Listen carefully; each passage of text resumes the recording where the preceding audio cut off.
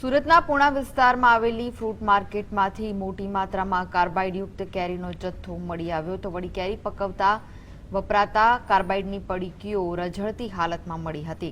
આરોગ્ય વિભાગના અધિકારીઓએ કેરીના બોક્સ ચેક કર્યા હતા તેમજ તે સમયે કાર્બાઇડની પડીકી પણ મળી હતી। જોકે તંત્રના અધિકારીઓ જાણે દરોડાની કાર્યવાહી કરવા નહીં પરંતુ બતાવવા પૂરતી કામગીરી કરતા જોવા મળ્યા। અધિકારીઓએ કાર્બાઇડયુક્ત સારી કેરીઓનો નાશ કરવાના બદલે ત્યાં રઝળતી પડેલી સડેલી કેરીઓનો જથ્થો કબજે લઈને વાહવા લૂંટી। જ્યારે સીલપેક કેરીઓની પેટીમાંથી કાર્બાઇડયુક્ત કેરીઓ મળી હોવા છતાં આંખ આડા કાન કર્યા હોવાનું જણાતું હતું। કાર્બાઇડથી કેરી પકવે છે એના અનુસંધાનમાં કેટલી કેરીઓ મળી આવી છે? આશરે લગભગ 100 પેટી જેટલી મળી છે અને કામ ચાલે છે હજુ। એક પેટીમાં કેટલા કેરીનો નામ? લગભગ 2 ડઝન જેવું હોય લગભગ। તમે વાત કરી કાર્બાઇડથી પકડેલો, કાર્બાઇડથી પકવેલી કેરી કઈ રીતે નુકસાન કરે છે? કાર્બાઇડ જે ગેસ આવે ને એ ગેસથી કેરી પકવવામાં આવે એના લીધે શરીરને નુકસાન કરે છે।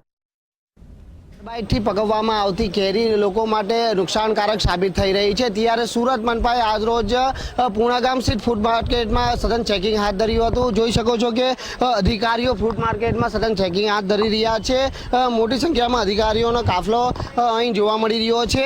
બીજી બાબત તમને બતાવવા જઈએ કે આ જે પડીકીઓ છે તે મોટી માત્રામાં અહીં આ ફ્રૂટ માર્કેટમાંથી મળી આવી છે। આ પડીકી કોઈ સામાન્ય નહીં પરંતુ જે કાર્બાઇડ હોય છે તે કાર્બાઇડ યુક્ત પડીકીઓ છે જેને કેરી પકવવા માટે ઉપયોગમાં લેવાય છે। તમને બીજી બાબત એ બતાવીશું કે જે પ્રકારે આ જે કેરીને જે બોક્સ દેખાય નજરે પડી રહ્યા છે આ કેરીના બોક્સમાં આ જે પડીકીઓ નજરે ચડી રહી છે। આ જે કેરીને જે પકવવામાં આવે છે ત્યાં કાર્બાઇડની પડીકીઓનો ઉપયોગ કરવામાં આવે છે। સુરત સહિત અન્ય રાજ્યોમાં પણ આવા અનેક પ્રકારે કેરીઓને પકવવામાં આવે છે। લોકોના આરોગ્ય સાથે ચેડા કરવામાં આવી રહ્યા છે।